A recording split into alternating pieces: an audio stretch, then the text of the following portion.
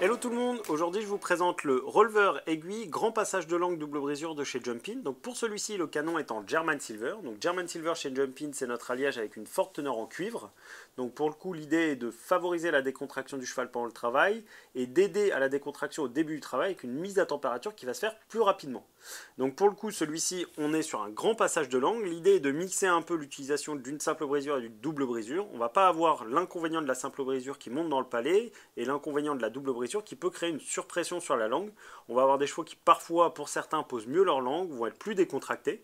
On est sur un canon qui ne s'adresse pas à tous les cavaliers. On est sur une main qui doit un peu s'adapter, mais sur certains chevaux, on voit de vrais bons résultats avec des chevaux qui sont plus sereins, qui posent mieux leur langue, qui respirent mieux, qui sont plus décontractés pendant le travail. Donc pour ce mort-là, on est sur un aiguille Rolver, donc les aiguilles sont standards. Le Rolver, on est sur des anneaux de 50 mm, donc on est sur plutôt des petits anneaux, donc avec un petit effet de braquet.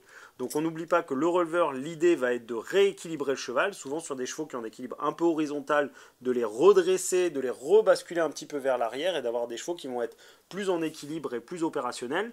Donc l'idée, on a un montant de Rolver qui vient, qui passe dans le demi-anneau ici et qui ressort par ici. On va avoir un petit anneau sur lequel on va venir fixer sa paire de rênes. On peut aussi le monter en 4 rênes avec une paire de rênes sur le grand anneau et sur le petit anneau et avec des alliances.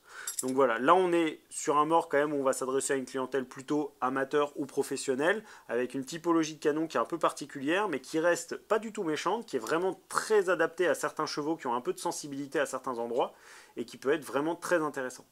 À l'utilisation, à l'usage, à l'entretien, on va vraiment être sur un rinçage du mort à l'eau claire très classiquement.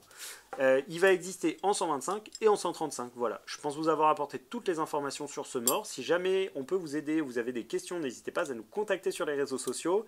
Et je vous dis à très bientôt chez Jumpin.